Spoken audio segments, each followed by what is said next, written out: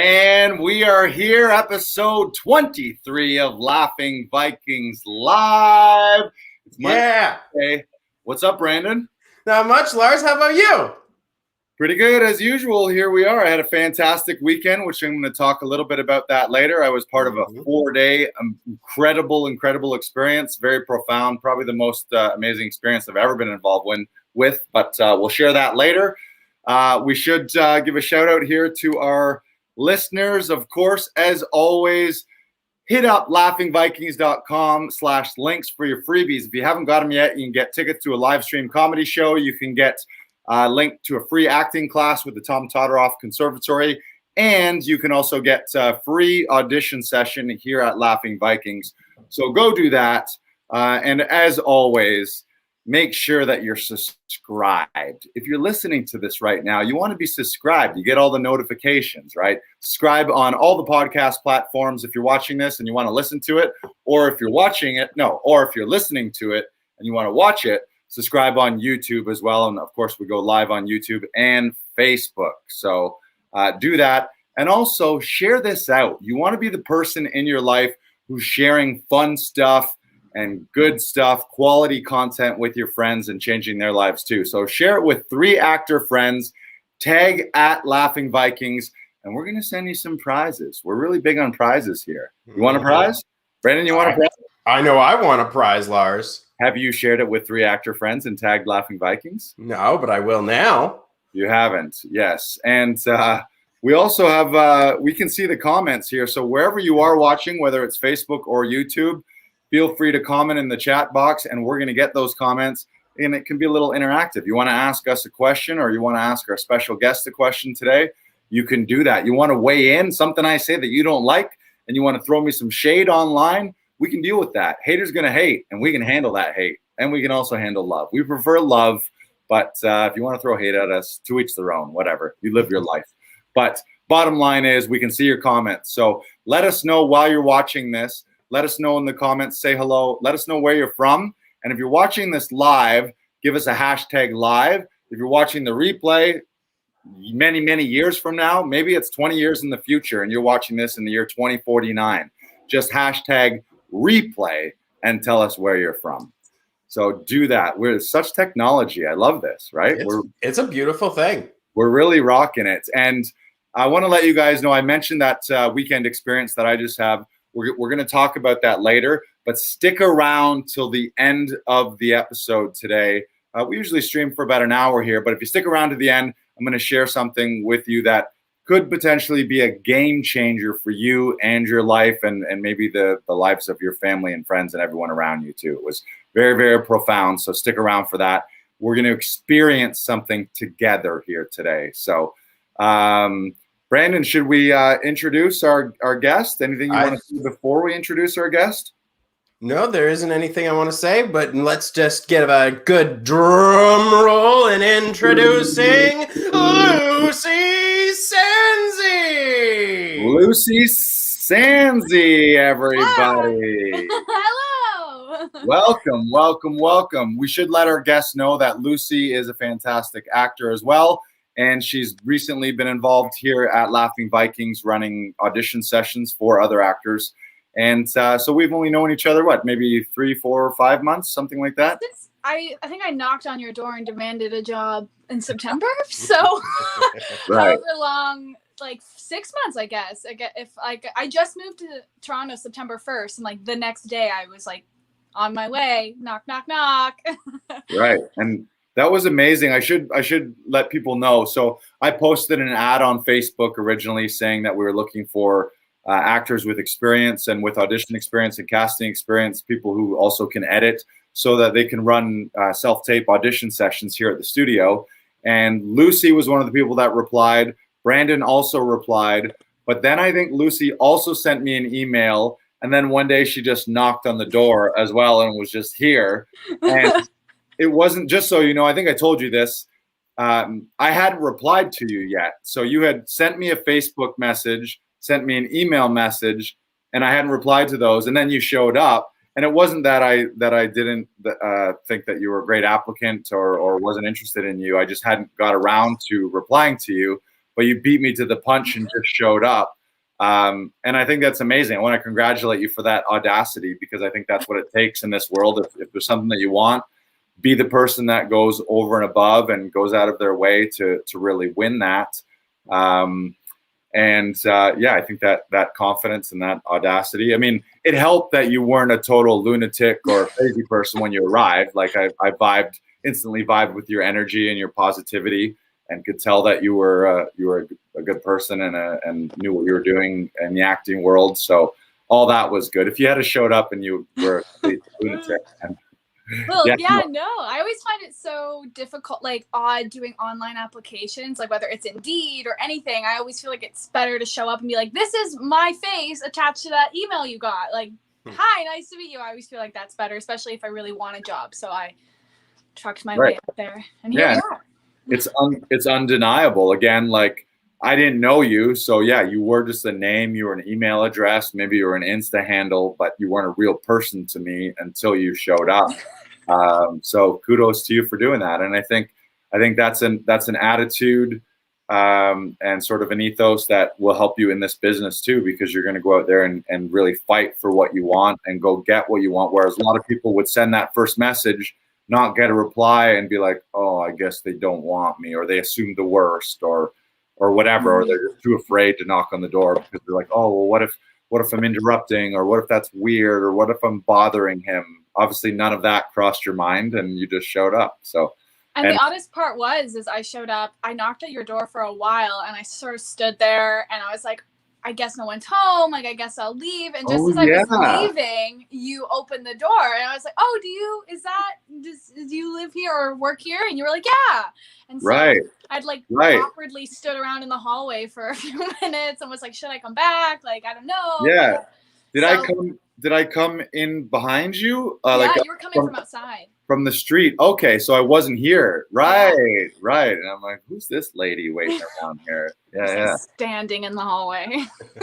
Well, obviously we're happy that it all worked out. The synchronicity and serendipity of it, and now you're a laughing Viking with the rest of us here. So we want to have you on today, obviously, to talk about your career and introduce you to the world and share some stories with you. But something that we always start with, this is tradition here at Laughing Vikings Live, is let me get something here ready for you. We're going to do something. We rather than me talk about your history and try and properly introduce you, I am going to do a little test here. This is I'm looking. Are you nervous? Daunting, isn't it? Like what's going to show up? What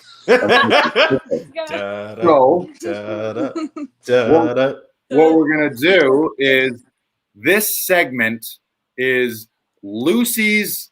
Let me start that again, so we get a clean edit. This is for Brandon, so he can. And now, ladies and gentlemen, Laughing Vikings Live presents Lucy Sanci's 1 minute life story. Lucy, you have 1 minute to give us your entire life story. I'm gonna time you here. You're gonna have it. So when I say start, you're going. You got a minute. You could start from conception, go right up to this moment. If you want to go into the future a little bit, that's cool too. But this is Lucy Sanci's 1 minute life story, starting now. Cool. I was an egg, and then I appeared on this earth. There was a lot of stuff that happened in between, but here I am. Kooky child, love playing pretend, all that sort of stuff. Was an actor, obviously. Because of that, I did a lot of the boys' role. Like, I wanted to be Zac Efron when we were reenacting High School Musical. Went to an all-girls school for a lengthy period of time, and so always played the boys' roles. Was super fun and super just inventive and things like that. My training was really like random and make your own stuff. Here, write a story about the 7 deadly sins. Write a story about a myth. Like, go, have fun. Did all that. Loved it. Was crazy. Never stopped. Always doing random stuff. Have a great group of friends and family.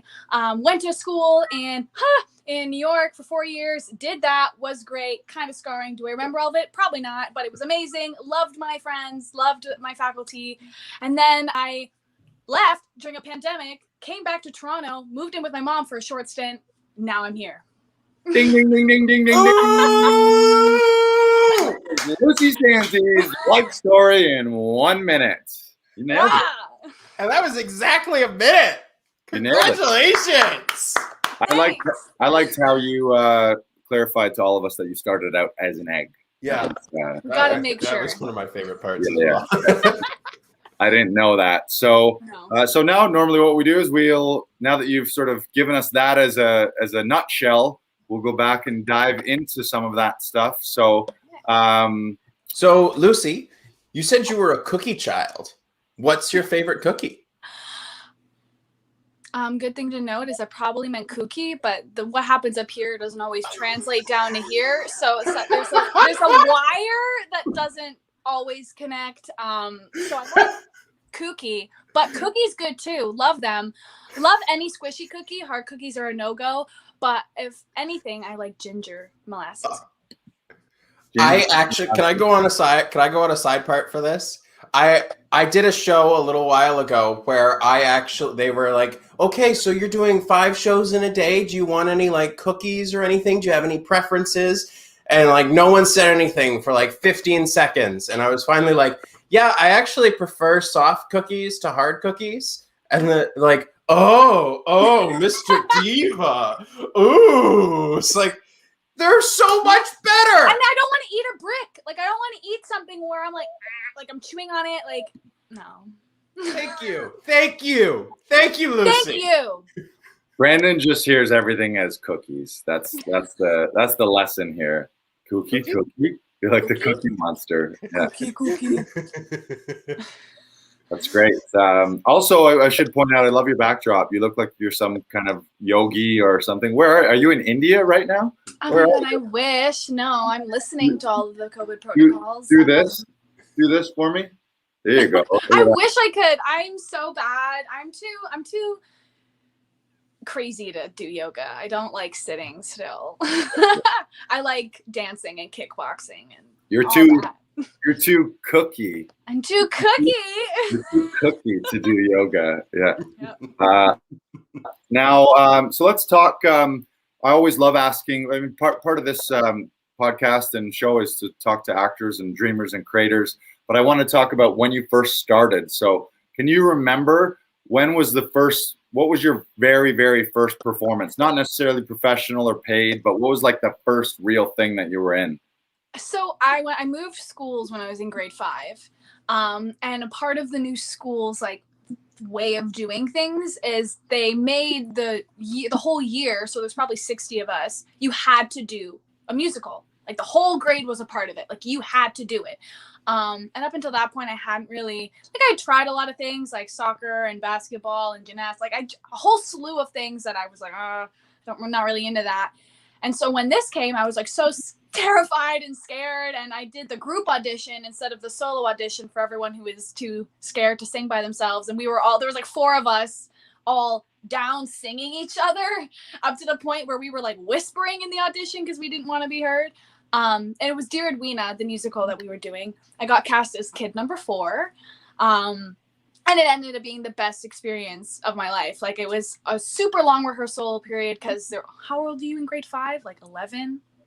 Like 60, 11-year-olds like running around a stage. So they needed some ample time to get everyone to know what they were doing. But at the end of the day, it was so much fun and the songs were great. And from then on, I started taking singing lessons and dancing lessons and doing the school show every year and sort of tumbled from there.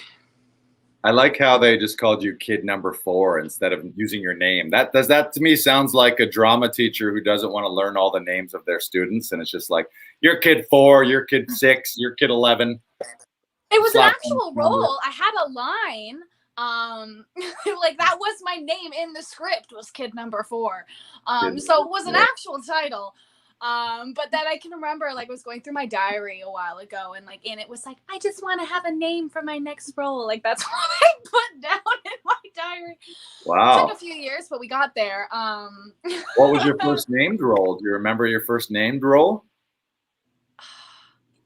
Young Cosette, even though there was the young in front of it. I was in Les Mis, was Young Cosette when our high school did that. And then a slew of prostitutes and bigger boys and whatever. Just jumping between gotcha. Characters. We really saw the mesh of all that. Who did you do Young Cosette for? My high school. Your high school? Yeah. Nice.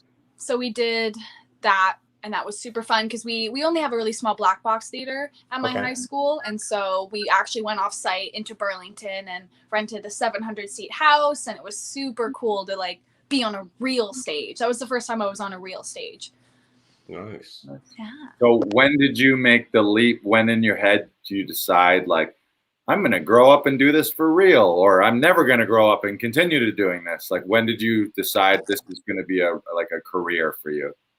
I don't know if there was ever a point that I like said to myself, okay, this is what I'm going to do now. It was sort of like, okay, I auditioned, was terrified, loved the first show, really wanted to be in the next show, and just kept auditioning and not doing well. And so when I wasn't getting the outcome I wanted, I was like, okay, what can I do? Like I would go to teachers and ask, what can I do better? Then I started taking lessons, and I just was so involved and invested that eventually halfway through high school, I was like, this is the only thing, well, not the only thing that brings me joy, but one of the things that really brings me joy and what I really love doing. And I don't really foresee me doing anything else. Like I really love this. And then as I was studying and got better and better, got cast in bigger roles, started going outside of high school and doing community stuff. And then it just sort of hit me where I was like, okay, it's time to think about what I'm going to do post-secondary. And that was really the only thing that I wanted to do. So it didn't start off that way. It sort of started with, oh my God, I finally found something that I love doing. Finally, because I tried so many things as a kid that it sort of like, again, snowballed and sort of became my focus for ever now. Nice. That actually gives us a great lead into, because you trained at the Long Island University in their BFA music theater program. Why did you decide to go to the Long Island University? I just got to correct you, Brandon. It's pronounced Long Island. Long Island. Long Island. Sorry. You got to really hit the G and roll the G into the. It's Long Island. Long Island. Long Island. Long Island. I see. Yeah, it was interesting. So when I was looking at schools, I really wanted I wanted a degree in musical theater, because I was like, okay, if I ever want to teach sometime down the line, or if I ever want to go to grad school, like I want a degree. And then I was like, well, I could do acting or musical theater. Well, if I'm going to spend all that money, might as well hit 3 birds with 1 stone. So I'll go over there. Because depending on the school, and every school is different, like if you do acting, that's what you do. There's no time to dance or sing. And so I really wanted to grow my skills in those areas as well. And Canada only has one BFA musical theater program, Sheridan. It's got St. Lawrence, St. Clair as certificate or diploma programs. And I looked at them and I liked them, but I really wanted a degree. And I didn't want to put all my eggs in one basket with Sheridan. And so I had a bunch of American friends who helped me with all of the auditions for American universities and helped me and guide me sort of which schools to look at and how it works. And oddly enough, with Long Island University, I'd never heard of it. But how auditioning in the US works is you can fly to every school if you've got that kind of money. But for most people, what the universities do is they all go to New York for a weekend. And then you just have to fly to New York. You do like 15 to 20 auditions in the span of a weekend. And then that's it. Then you're done. And a lot of universities will accept walk-ins. So I walked around to every booth. And even if I didn't have an audition scheduled, I was like, hey, like my name is Lucy Sanci. I was wondering if you had an opening slot.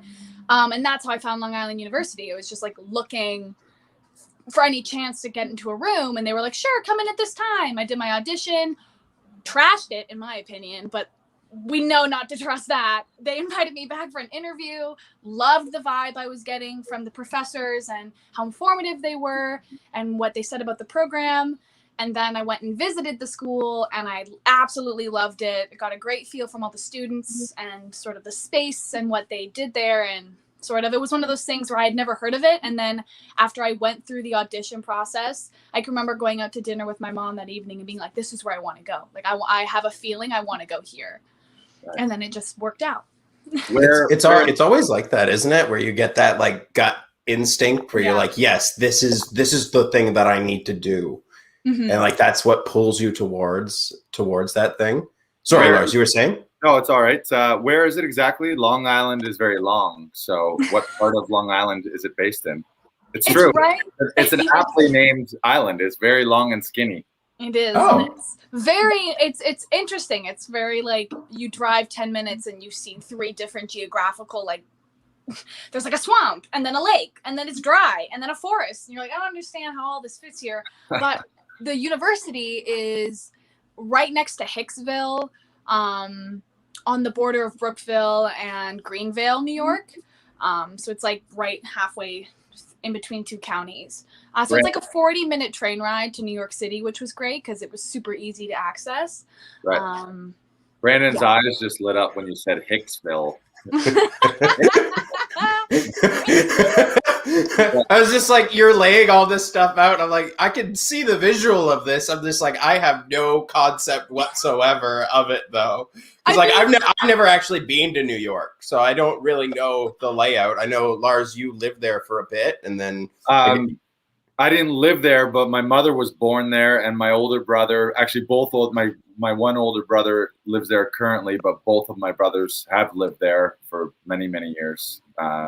So I've spent tons of time in New York. So, and I know Long Island. I know the train very well too. Yeah. So Hicksville, it's the Hicksville stop, and then it's like a 20-minute drive from Hicksville to the university. You pass the Broadway Mall, which is where we all went to go eat food because it was. Of course you did, because you're like, hey, I'm on Broadway. Broadway. Eating it your was French the only fries. other place the shuttle took you, and so that wasn't the reason at all.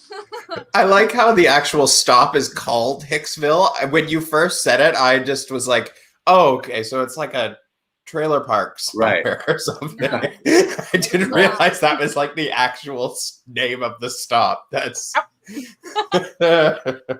shows how much I know. It's like it would be like if the town was called Buttfuck Nowhere. You're like, it's actually called Buttfuck. It's actually called Buttfuck Nowhere. I go to school here. It's on my resume and everything. Buttfuck Nowhere Productions. BFU, University.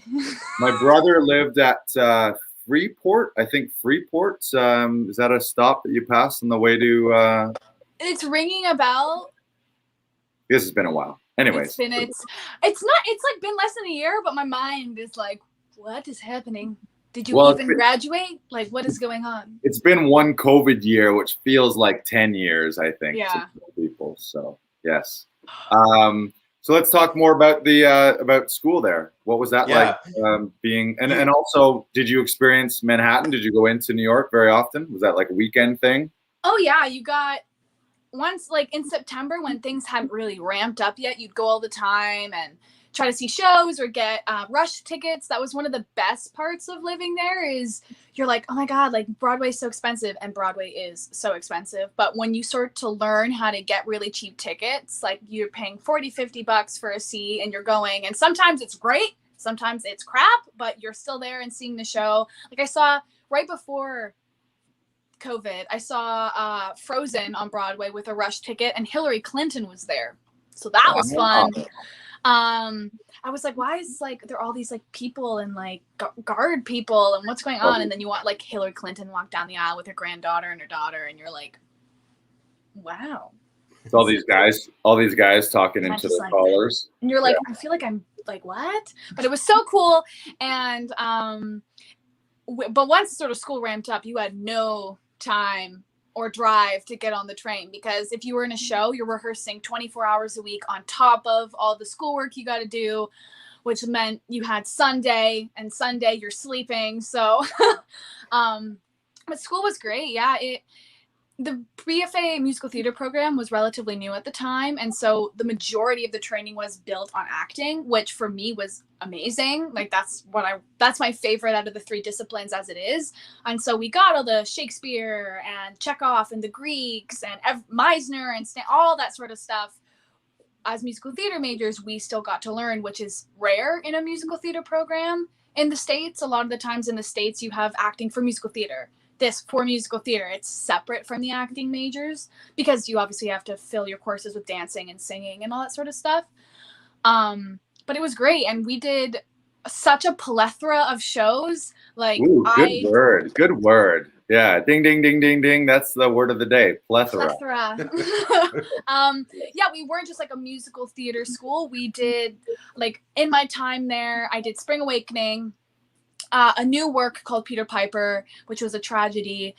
Iphigenia and Other Daughters. I did a cabaret series, and then I did my thesis, which was One Flew Over the Cuckoo's Nest. So we did like a variety of shows, which was like you got to try what you really liked. And I learned I love working with writers and new work, and I love devising, and that absurdist theater is some of my favorite theater. Like we really got to try everything to then sort of land on what we actually wanted to do once we graduated.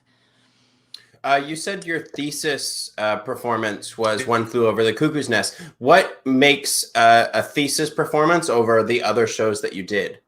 So part of me going there, I was part of the honors college because they gave a nice scholarship. That was the only reason why I did it. But it was really great because as being in honors, you had to do a thesis. And if you were in the theater program, you got to do, or had the opportunity if you wanted to do a performance thesis. So a lot of the times, if it's one person running it, they do like a 20-minute devised piece. I was actually in my friend's thesis, which was a 20-minute devised piece, and it was super fun. But 8 of us got together and we're like, we want to do something bigger. Like we want to not just do a 20-minute show. We want to actually put on a show. And so 8 of us went to the faculty and said, if we do one thesis performance and we all write our own individual papers, could we do that? And it was actually started by my friend Logan. They were the one who came up with the idea about what they wanted to do for their thesis. And then all of us were like, that's really cool. Can I sort of like glom onto that? Can I be a part of that? Because I have this idea. And then eventually 8 of us got approved and we put on the whole show ourselves. 2 of us were the directors. I was the choreographer for movement pieces. We did the lighting design, the set design. Music was written by one of us or not music necessarily, but like sound was written and built for the show. So everything was done in-house by all of us. We painted the theater, we built the sets, everything. Wow. It took like a year and a half because you had to go through all the research for the paper essay part that everyone was like, I'll get to that.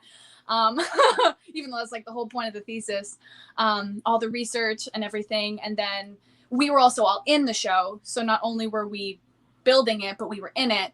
So then we got into rehearsals and started doing it. Because Cuckoos Nest is roughly 2.5-hour show, and we cut it down to an hour and a half because they wouldn't let us do a 2.5-hour show. And we only had 8 actors, and we didn't want to go out of house to audition for in our company for anyone else. We wanted it to be us. And so we cut characters and melded characters. We just sort of went chip chop with the script and went, here you go. Here's our thesis. That's amazing.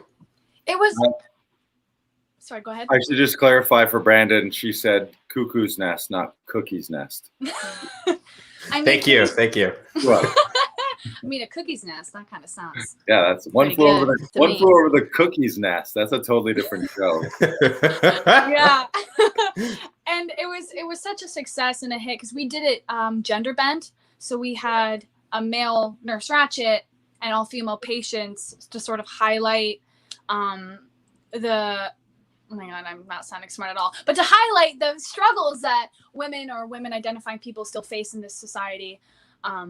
And sort of how that comes across through this, just by switching the genders of the characters. We didn't even have to change. We had to change like references because it wouldn't make sense to use some references one would use against a man when it's a woman. So we had to change that stuff. But other than that, we didn't change any of the actual lines. And then you're just watching this and it's like so gross and creepy. And you're like, why is this okay? And it was really well perceived too, which was the best part is what we wanted to get across. It got across, and we heard that from a lot of our faculty and students in the program, which was really great.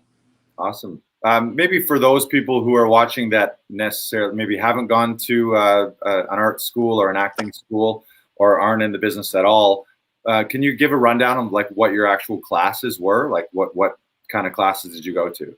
Yeah, so I went to a liberal arts university, so I still had to do like 1 class in math in my 4 years there, 1 class of science in my 4 years there, just a random plethora of random courses that we had to achieve. But as for my program, we did acting every semester. We did voice and speech our sophomore year and our senior year. And sort of acting was broken down. So when you were a freshman, we started with contemporary, the easiest. And then as you went through the program, it got harder and harder. So then when you're a sophomore, you go to sort of check off that era where it's a little less sort of put in front of you. That's totally words. And then as we got into junior year, it was like Shakespeare and the Greeks, absurdist, anything that wasn't sort of contemporary, and then Chekhov and stuff. And then your senior year, you got to pick what you brought in. So it was all about your book and what are you going to actually use in an audition. And so we had classes strictly for acting technique, for dancing. They always said take at least 1, if not 2 dance classes a semester. We took a voice class every semester. And then was voice divided up between singing and like speech analysis and stuff like that? Yeah, we had a vocal coach that was assigned to us our freshman year. I stayed with her all 4 years. She was amazing.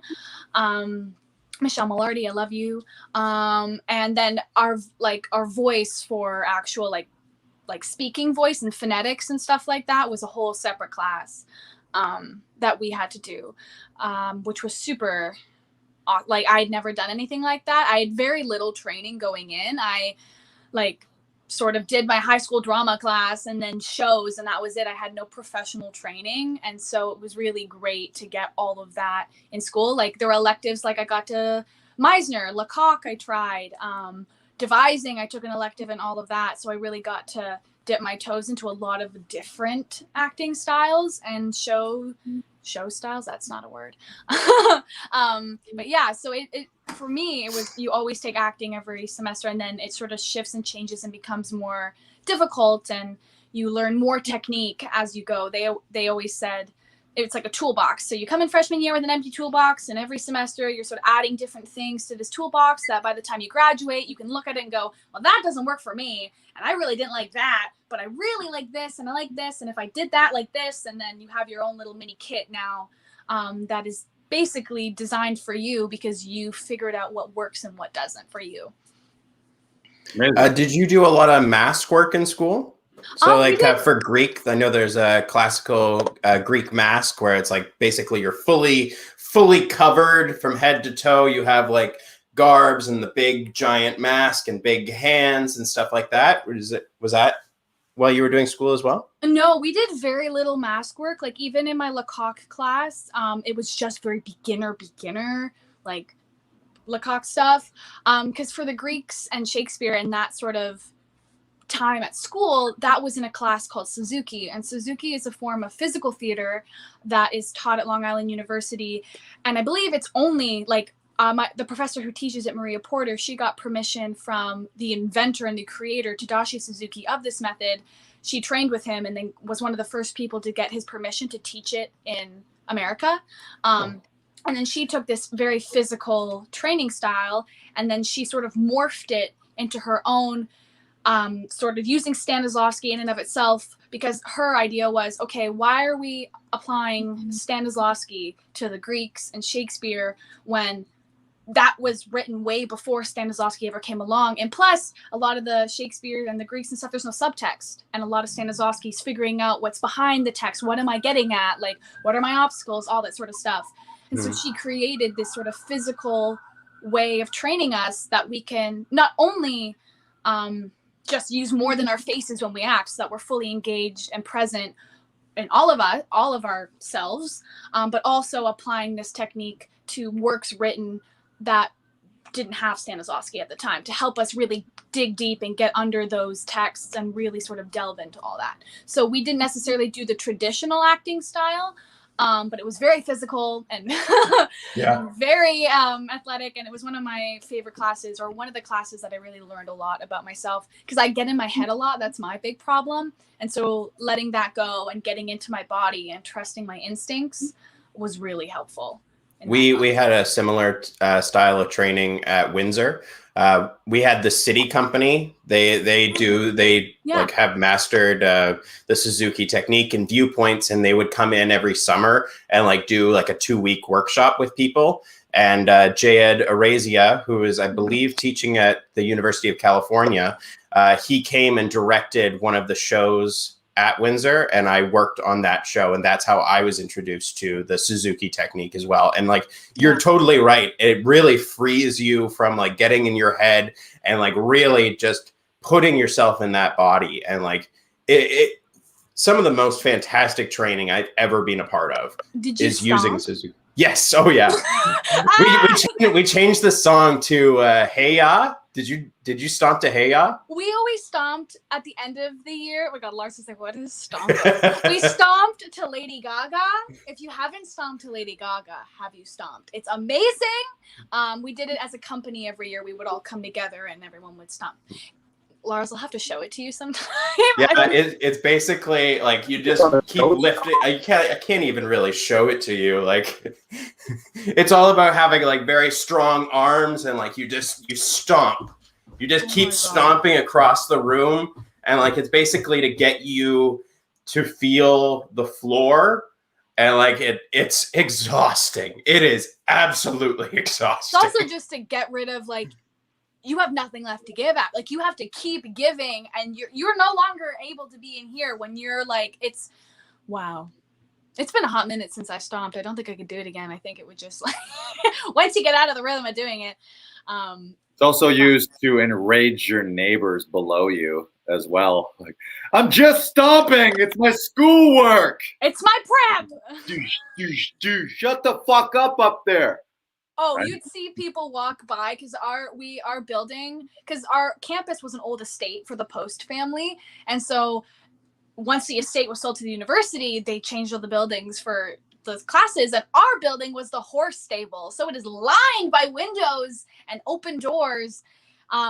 And so whenever they put the music on and everyone would start stomping, people outside would be like, what's going on? And there's like yelling and sticks. And everyone's like, I'm so confused. What is happening? We're like, it's fine. It's just theater school.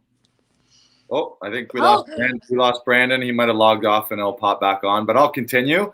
Brandon made a note here that you were part of the Odyssey youth program. That's not Long Island University. That's something separate, is it?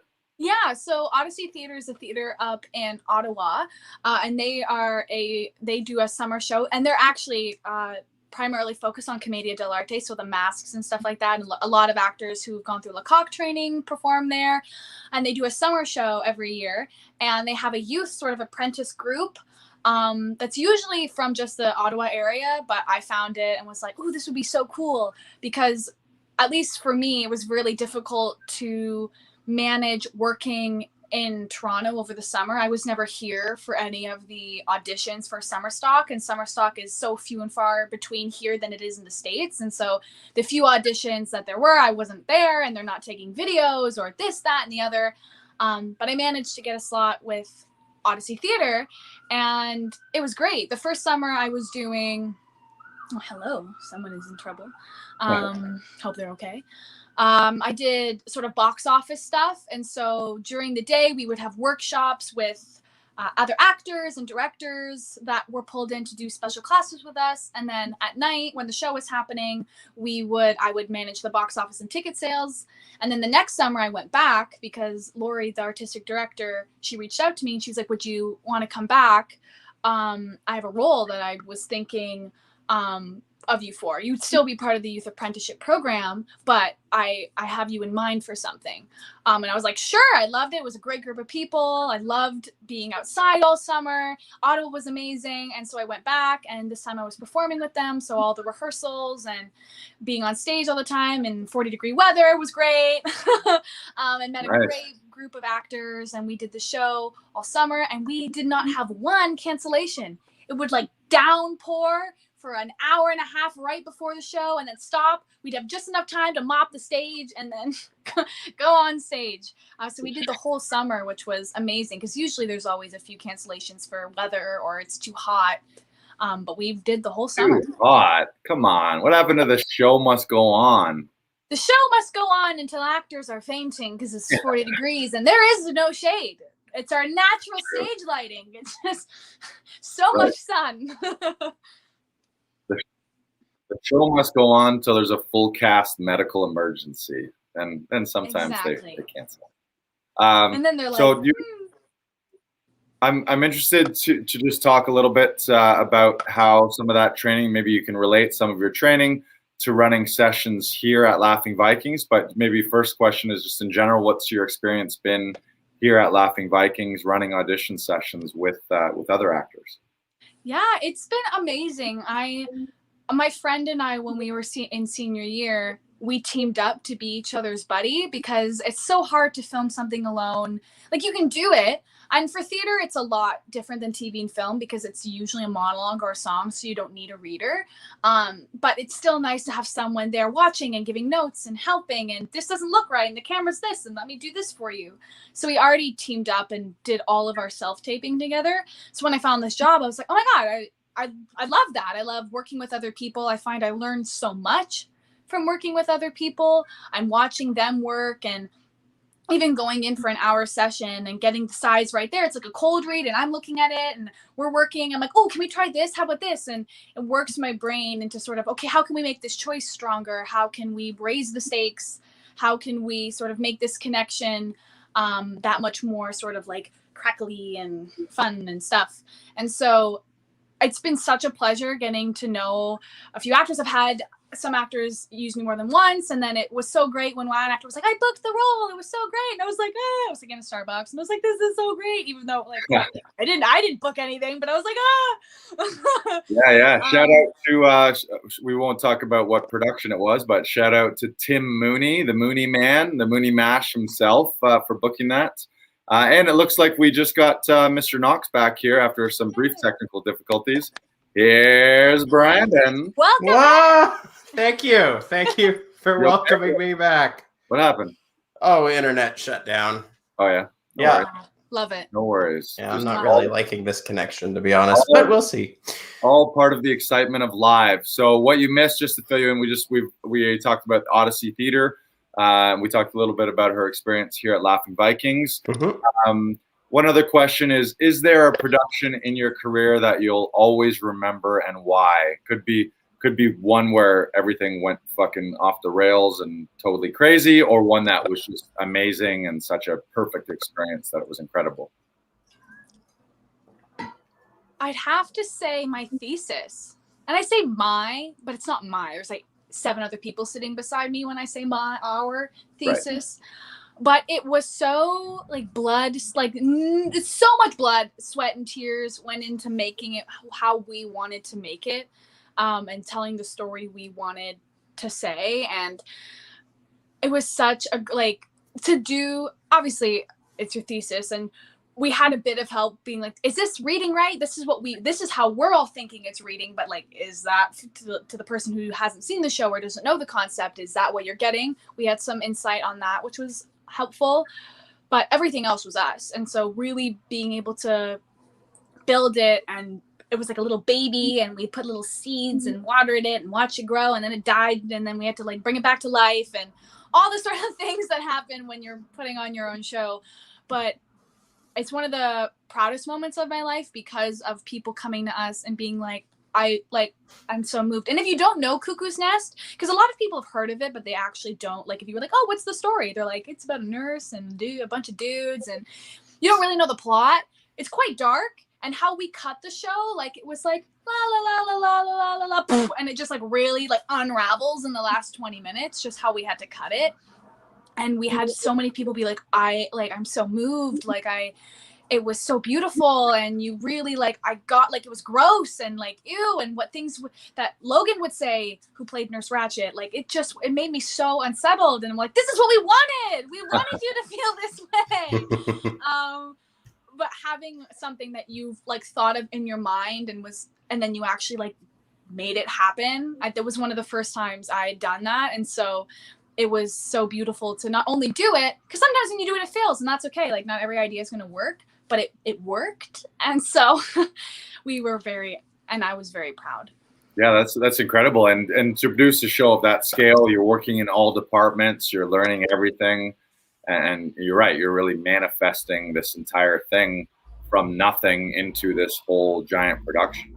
And everyone was we all worked together. We were all very different. Amazing.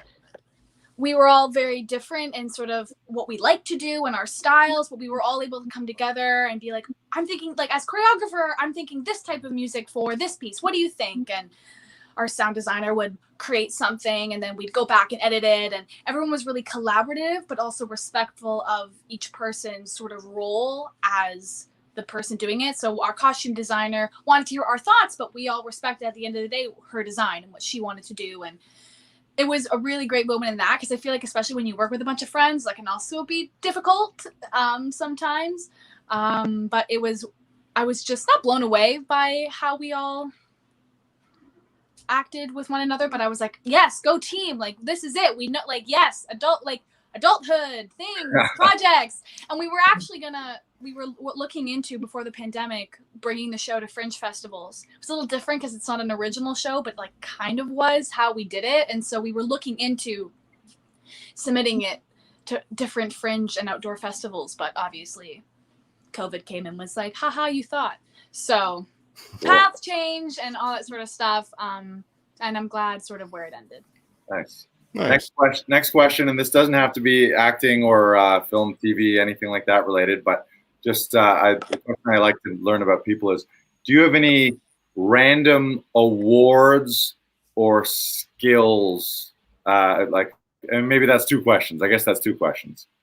Random awards. I don't think all my awards would be pretty on track with sort of like drama achievement, music, like all because I was like the only artsy kid, or at least only theater artsy kid in my year. So I won all the awards because they're like, who else we're going to give this to? So I got them all.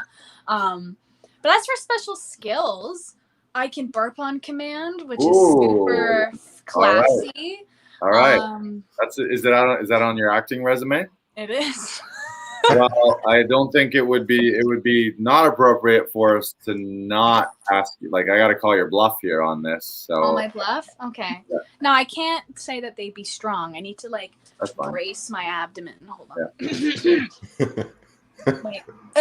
Before I get it ready, should I just? I'm gonna. You say go. You say 3, 2, 1, go, and I'll do it. And burp. Burp. Can you do it too, Brandon? Yeah. Okay, here's what I want. I want to burp off and go until the other person can't go. Like whoever doesn't burp, whoever doesn't get it loses. Okay. All right. Let me set it up. Ladies and gentlemen, this is the Laughing Vikings burp off between Brandon Knox and Lucy Sanci. Contestants, ready? We randomly selected beforehand, and Brandon will go first. And go.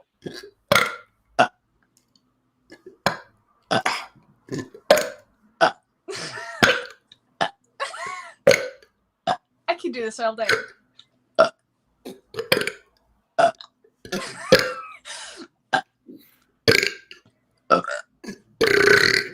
Whoa. You know what? I'm going to give you both the prize. You're going to share both the prize. Maybe a little bonus for that earthquake, whatever that was. Let's just be glad I didn't throw up. Good game. Good game. Good game, Lucy. We'll do it again sometime. We will. Get some Coke in me. That's a skill. Can you, for our listeners and our viewers, can you walk us through what you're doing? I've never been taught that, and it's not something that I can do on command. Is there a technique to it? I don't know how to describe it. It's like, it's almost like it's like an invisible hand takes air, puts it down. Like I don't know what I'm doing. Yeah. Like, I've always been able to do it, and so.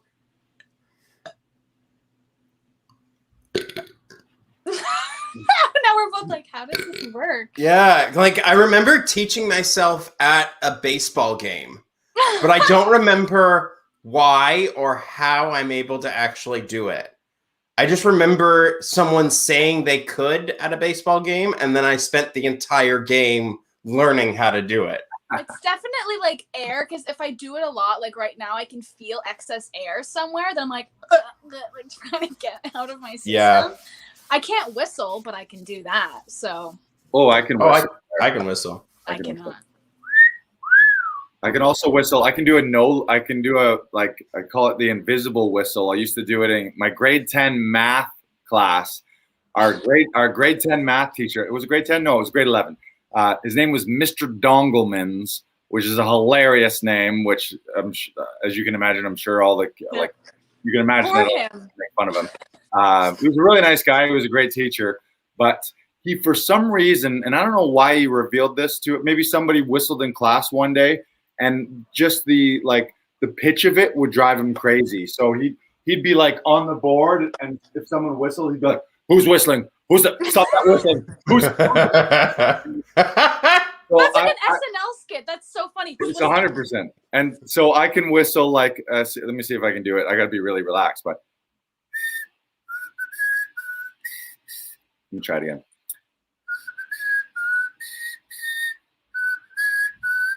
So I would do that, and I could do it really strong too, like. That's amazing. So it's just through my teeth and my tongue a little bit, but it would be just enough so I could do it loud enough so that he could hear it. But then he'd look out and he can't see anyone's lips pursed like they're whistling. So he's like, "Who's doing that? Where's that whistling coming?" The point, like he could like almost walk down the aisle towards me, and I'm still doing it just with like a casual smile on my face, just like. And he goes, "Who's whistling? Who's whistling? Who's that?" That's so funny. Shout out to Mr. Dongleman's. I don't know where you are right now. I hope you're doing well. And I'm sorry for driving you crazy. Yeah, I think it was like a dog whistle to him where it just drove him mad. But who's whistling? Who's that? Who is that? Who's whistling? Stop that whistling. And he can't see it anywhere. Yeah. Question about your burping. Have you guys ever used that in a show or play or audition? No, no one has asked. All right. Well, I've whistled in shows before. Right. I remember I couldn't actually get a whistle out one night, and so it was just like a and so I just took a pause, licked my lips, and then went and the audience died. They thought it was great. My acting partner didn't like it as much, but it's hard to whistle on command like that because you have to be perfectly relaxed. You can't really be laughing. You can't be tense. Mm-hmm. Much like burping, I'm sure. Well, my task, my promise to both of you is that I'm going to write a scene or a role or maybe a whole feature film about the two burpers. Maybe your arch rival burping championships every year at the Burp Off.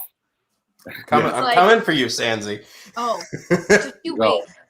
People don't suspect it. They don't see it coming. I'm gonna bring the thunder. Yeah. Brandon, do you want to? Let's switch gears from burping to the next question. Do you want to set the stage for your next question here? Yeah, for sure. So, Lucy, we have a big question for you. You are the president of the world. And sorry, can you just close your eyes for me for a minute? I just want you to imagine the scene. You have been elected as president of the world, Lucy. This is a big moment for you. I want you to imagine you're sitting in a big, comfy, but powerful chair that swivels and turns and reclines, whatever you want. And 20 of the most powerful people in the world come charging into your presidential office and say, Lucy, we need you to decide on something right now. What is your first decree? Go. What is my first decree? Yeah. Oh my God, if we're going to get like super serious, oh my God, the environment. The environment. Okay. No That first thing. I want the first thing that came to your mind. No more plastic. More plastic? No more. No more. No more period, no more plastic period, or no more single use. Okay, well, because plastic is just like, why are we making it? And plus, like, plastic in and of itself is bad for you because when is it ever not single use? And even if you have the lunchbox stuff, like, if you were to ever try to reheat something in that, like, that plastic seeps into your food. So, like, it's really just like a no-go to just, like, get rid of it all. You hear that? No more plastic, world. No Lucy more. said it. Yes, Lucy Sanci, aka Lucy Thunberg. Is that right? Oh my God, a Greta? dream. I actually Thunberg? saw her when last 2019 when she spoke in New York. I was there at the climate strike with my friend. I was like, Brandon, ah!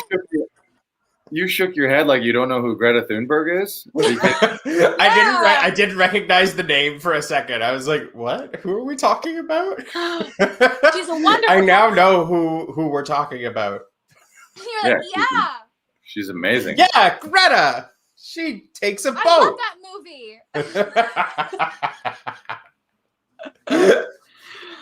Nice. But yeah, when you said Thornburg, I was like, what? Who? What? Thunberg. Thunberg? Thunberg. Sorry. Where's she from? Sweden? Netherlands? I think Sweden? I mean, she's from Earth. She's everywhere now. She's traveling everywhere. Yeah. I know. On that little sailboat thing. It's pretty impressive. Shout out to Greta and her people. Greta, if you want to be on the show, just send us a DM. # Laughing Vikings. Please bring me back. Yeah. I'd love to talk. Wouldn't we all? Brandon, we've got your next segment here. Yes. We got my favorite part, Lars. And today it's Brandon's Fun Facts. Coming at ya. Fun facts. Gonna hit you with a fun fact. Fun fact. Fun fact. Fun fact. Yeah. Okay, so today we are talking about Broadway. And did you know there is no I in Broadway? Referring to row I got cut out from most Broadway orchestra audiences. So it goes from rows A to H and then J to Z because too many people thought they were getting front row tickets. So they would see like the one or like the line and then like be like, yeah, we're in front row. We're in the front row. And that's why they had to get rid of it. There are still some. Sorry? I was like, they're not seeing on the map that there's like many rows before. Well, I think this was long before computers that they cut this out. I couldn't find a year as to when it got cut out. But they most have stopped using it. There is one theater that still does have a row I. Ooh. Are they cursed? I believe it's the Jacobs. They have fights every show from people fighting. The Broadway and the Jacobs, there is a row I in the orchestra section, but most theaters have skipped it. The Neil Simon skips row I and Q. Wow. Q is an ugly letter. No, I'm kidding. Get that Q out of here. No.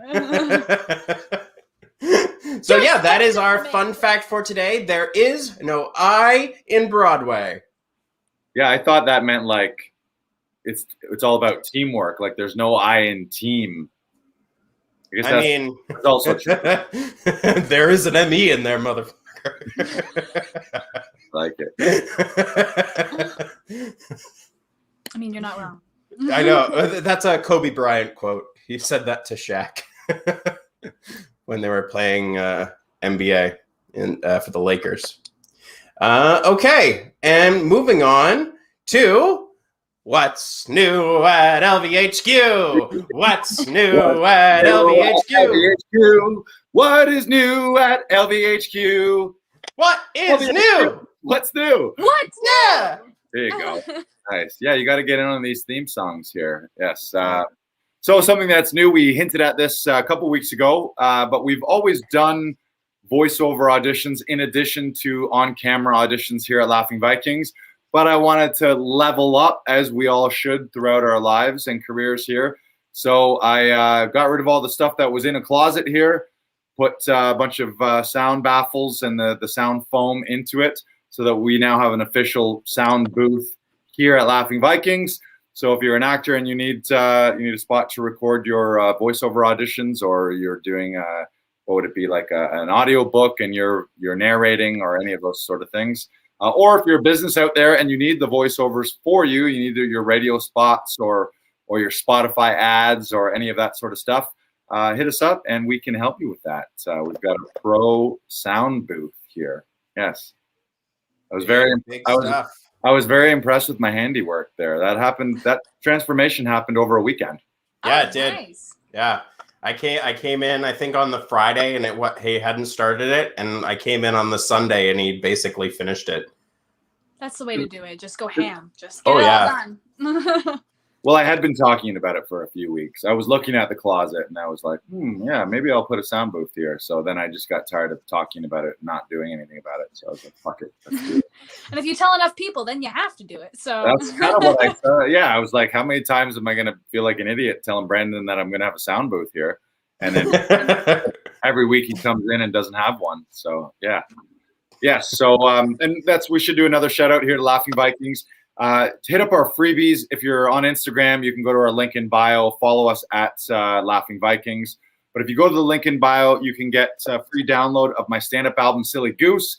You can also get a link to Tom Todoroff's acting classes, and you can take a Saturday workshop, which Lucy did a few weeks ago as well. And you can there's a link. You can figure out how to get a free audition session with your first month's membership here at Laughing Vikings. So go do all that stuff. Yes. Yes. And as promised, Lars, what were you doing this weekend? Well, that leads us into the quote of the week. And yes. The quote of the week here is from a gentleman that I'm sure many people have heard of. His name is Tony Robbins or Anthony Robbins. And the quote is, "Trade expectation for appreciation and your world changes in an instant." Basically a gratitude quote, sort of, instead of going into situations with certain expectations or expecting having certain expectations or high expectations from other people. Mm-hmm. And then inevitably it never goes as planned, and it's never what you think, and people fail to deliver what you expect. So you end up always disappointed and upset and mad. But if you switch that and just be appreciative and show gratitude for what you did get or whatever the situation was, but find the positive in that, your whole world changes in an instant. Instead of being an angry person and all upset and frustrated because things didn't go exactly the way you thought they would, just go in without those expectations and just be grateful for what you get. So, and the reason that came up is I'm sure everyone's aware of Tony Robbins. You've seen him. You've probably seen his infomercials. Maybe you've seen his books. He's all over social media as well. So I was very familiar with him, and I'm very familiar with that whole field of personal development and personal growth and motivation, inspiration, and all that kind of stuff. But I'd never done a deep dive with him. And so in the new year, they did basically a free event called New Year, New You, where every day they would go live for sometimes 2, 3, 4, 5 hours. And he would do a ton of training. And then what I did over the weekend was a 4-day immersive event called Unleash the Power Within. And it was incredible. It was actually it's hard for me to even explain it, and there's no way I can even do it justice here. The recommendation I would have to anyone is to sign up for one of his events. This is sort of his entry-level 4-day event, and I say entry-level, but it was super immersive, probably 12 hours a day for 4 days. Tons of training on human psychology, human performance. And I think some people mix it up too. A lot of people think that it's just like motivation and it's just all raw. But the guy's a master in human performance. He's a master in human psychology. He's a master in human results. And it's not just him. When he was young, he read all the books. He took all the courses, and he's taken from every expert in the world and in all these avenues, and sort of boiled it down to his core teachings. And so it was incredible. It was very immersive. It was very, interactive as well. So it was via Zoom. They used to do these in person. So you'd go show up, whatever city it was in, you'd be there for 4 days at the hotel, and starting at 9 a.m., going sometimes till midnight.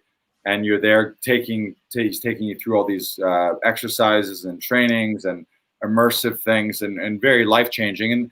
And this one in particular the goal of it is to smash your limiting beliefs that you have about yourself or about the world or about the people around you or about your career, and smash through those and change those to positive and empowering beliefs. So it's really about turning your fears into power.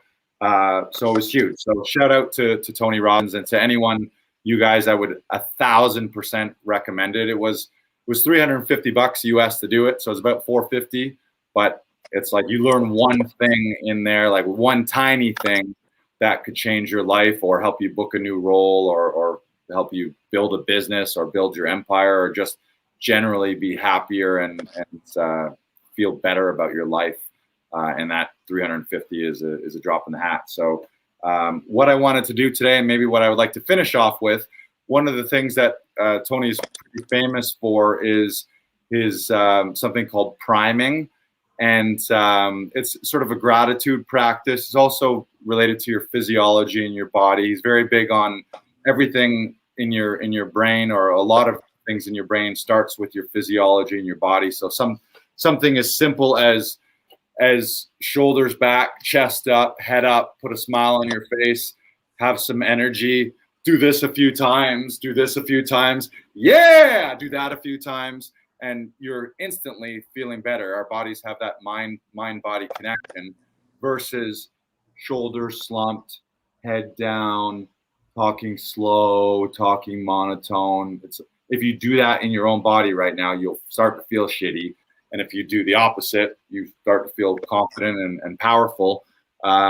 So they let us through this exercise called his morning priming, but he actually does it, I believe, in the morning and at night. So his recommendation is to use this technique right away when you wake up, and also when you finish your day. So I'm going to cue up a video here, and I'm going to take, or Tony is going to take the three of us and all of our listeners and viewers through what he calls his priming exercise.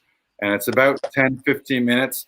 The only tip I'll give you guys is the breathing that he does is nose breathing, and he does something with his arms. It's in through your nose when your arms go up, so it's and out when you go down. So yeah, so just all nose breathing. So I'm going to cue up the video right now, but I just wanted to let you guys know what he's doing with your nose. And he actually said you might snot a little bit, and that's okay. But here's one more thing. In the seminar itself, anytime they introduced anyone, we had to get super hyped. So we got to get all hyped. All right, ladies and gentlemen, are you ready for Tony? Yeah. Yeah. Tony. Wait a second here. He's coming. It's gonna happen. Tony is coming. Here we go. And Maybe sometime. Maybe it's time. oh, wait a second. Maybe this time he'll stay. Stand by, everyone. The video Stand is- by. Wait a second. We're having technical difficulties. Lay it on the boiling. We've never done this before. Keep breathing. Keep breathing. Keep breathing. All right, I'm going to try to share the screen here. Share screen. There we go. There. Cardio session. Ah, there we go. Okay. Seriously. It is. All right. So I think this is working. Can you guys see this? No. No. You don't see my screen? I see No. you. Yeah. All right. Well, let's see. Let's try it again. The internet is an amazing place, but also Sure. a bit of It's also very complicated. also very sad and It's very difficult to maneuver, you know. confusing. All the little Yeah. gremlins in my computer. Oh, innit? Oh, wait. Okay. I got to. No, we will not stream your video. No. F off. I'm tired and warm. No. You're tired and warm. Because the computer is running, and when the computer gets hot, I don't know. Oh, okay. I see where you're going with that. It did not land. That is, I will take it back. See, I got more. When you say Gremlins, it just takes me away to the Gremlins movie where you're like, don't feed them after midnight.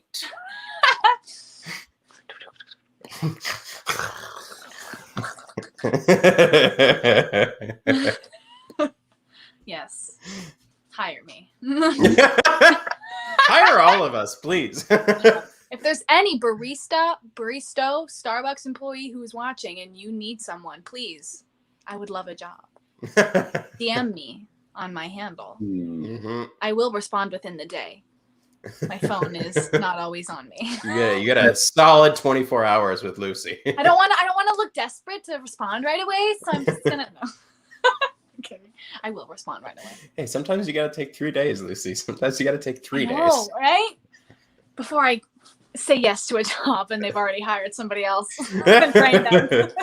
Yeah, you probably do have to pounce on jobs. So here's the deal here. I don't think I can do this right now because it is asking me in order to screen share. I've got a security thing on my on Chrome, and in order for me to allow the screen sharing, I have to restart Chrome, which would kill the live stream for us. So that's a very anticlimactic end to this. I'm trying to think real quick in my head how we can possibly do it otherwise. Maybe I could call it up on my phone. Would that work? Maybe. Yeah, you could just lead us through it so we're not watching a Maybe. video instead. Yeah. Do you want to lead us through it? Well, I'm not gonna lead you through it because I'm not Tony Robbins, but I will call it up on my phone and I'll hold up the thing here to you guys so you can kind of see it. Yeah. Ooh. Okay. Ooh. All right. Ooh. Ooh. I'm gonna walk to Starbucks after this, and it's a pretty trek, but it's a nice day outside. What's your order at Starbucks?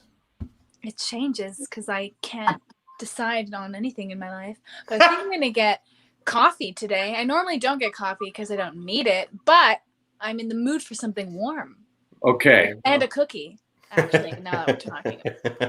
Ready, Lars? Always should get a I cookie. believe so. What I'll do is I'm gonna switch. I'll switch views here so that you can see it bigger on my screen, and I'll hold it here. But mainly just listen to what he says.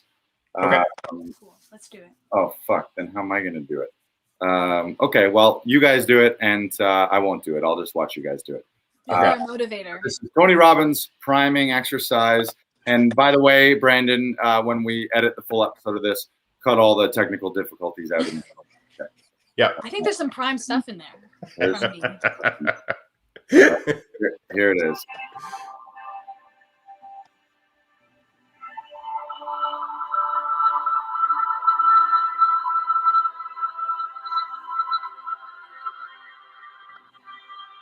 Feel centered, feet flat on the ground, back straight. You're comfortable, nothing on your lap. And we're going to start by 3 sets of 10 breathing. Close your eyes, hands come up. Here we go.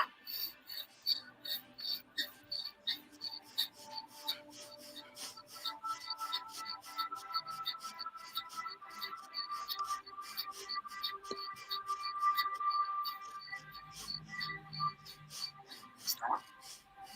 Hands flat on your lap. Up. Just notice what you feel. Feel some tingling anywhere in your body. Feel relaxed. Sense of peace. That's what you feel. Appreciate it, whatever it is. Little or big doesn't matter.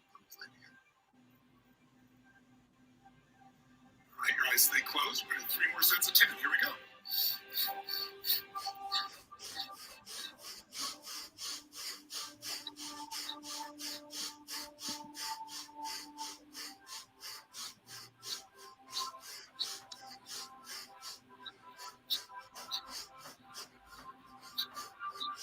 Stop.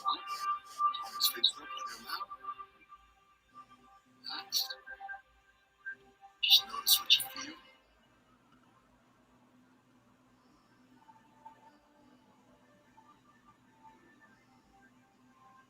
Tingling. Relaxed. Sense of peace. 3 more sets of 10. Eyes closed. Here we go. Breathe hard out the nose. Up and out.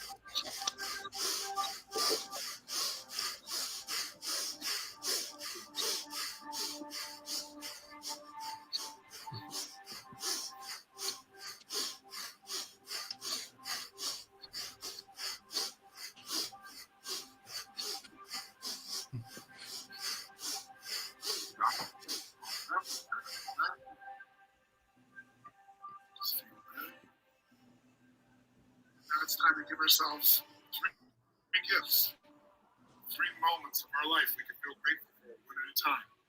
Relive them. Feel the beauty of it, the joy, the gratitude. Think of a moment now that you can be grateful for. A little moment or a big moment. Could have been years ago, could have been today, could have been weeks ago. Step into a moment you truly can feel grateful for. That's it. Step into your body as if you were there. See what you saw then and now. Hear what you heard then and now.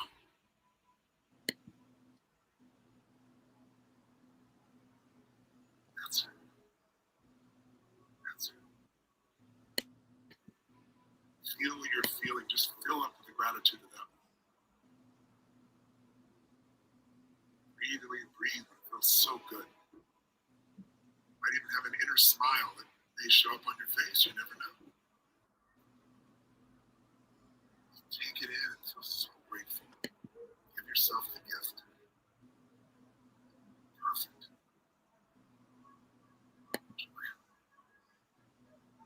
Think of a second moment now you can feel deeply grateful for and step into that moment as you think of it. A little moment or a big one, but anything you can feel really grateful for.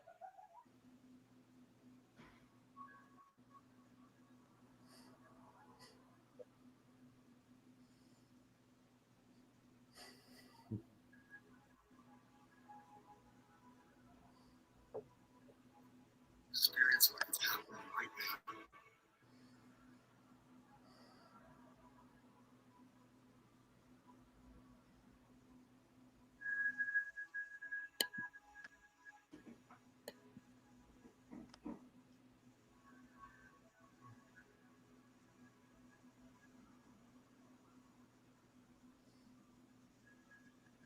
So grateful for that moment.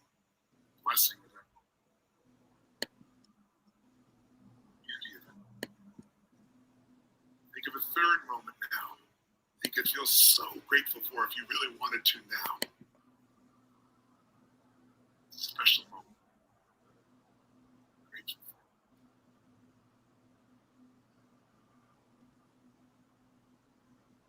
That's it. That's it. See what you saw like you're there. Hear what you heard when someone said to you or what you said to yourself. Breathe and feel the way you were feeling then now. Fill up with the gratitude. Give yourself a gift.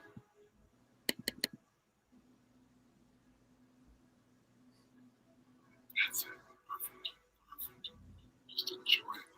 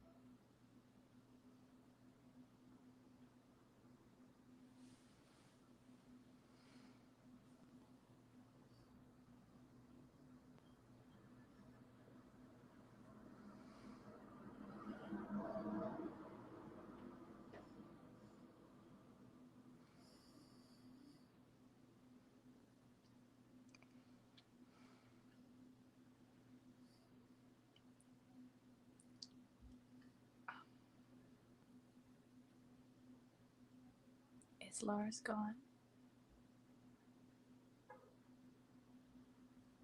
Is he? Are we just been sitting here with our eyes closed? I kept hearing like a pulse, and I was like, okay, so we must still be there, right? Hello? Lars? I think he's gone.